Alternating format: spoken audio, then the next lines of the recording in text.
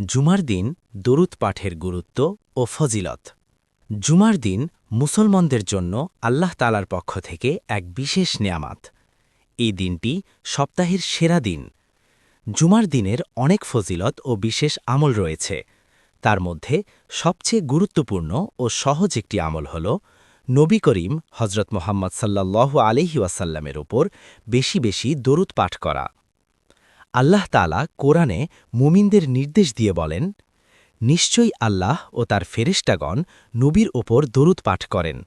হে ঈমানদারগণ, তোমরাও তার ওপর দরুদ ও সালাম পাঠ করো। সূরা আহজাব ৫৬।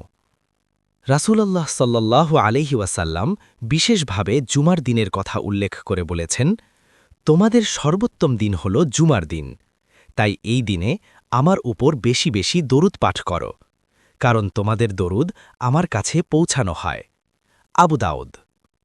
আরেক হাদিসে এসেছে, জুমার দিন ও রাতে আমার উপর বেশি বেশি দরুদ পাঠ করো। যে ব্যক্তি একবার দরুদ পাঠ করে, আল্লাহ তার উপর 10টি রহমত নাজিল করেন। জুমার দিন দরুদ পাঠ করলে আল্লাহ তাআলা বান্দার প্রতি বিশেষ রহমত নাজিল করেন।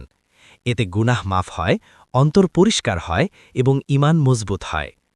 দরুদ পাঠ দোয়া কবুলের একটি বড় মাধ্যম, তাই দোয়ার শুরু ও শেষে দরুদ পাঠ করা খুবই উপকারী। এই দিনে পাঠ করা দরুদ সরাসরি রাসূল সাল্লাল্লাহু আলাইহি ওয়াসাল্লামের দরবারে পৌঁছে দেওয়া হয়।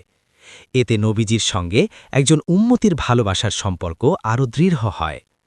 দরুদ মানুষের অন্তরকে নরম করে, চরিত্র সুন্দর করে এবং জীবনে বরকত আনে। বিশেষ করে বৃহস্পতিবার সূর্যাস্তের পর থেকে শুরু করে জুমার দিনের সূর্যাস্ত পর্যন্ত সময়টিতে বেশি বেশি দরুদ পাঠ করা উত্তম। হাঁটতে চলতে, কাজের ফাঁকে, নামাজের পর যে কোনো সময় দরুদ পড়া যায়। অতএব আমাদের উচিত জুমার দিনকে শুধু ফরজ নামাজের মধ্যে সীমাবদ্ধ না রেখে দরুদ পাঠের মাধ্যমে দিনটিকে বরকত, রহমত ও নাজাতে ভরিয়ে তোলা। এই ছোট আমলই দুনিয়া ও আখেরাতে সফলতার কারণ হতে পারে।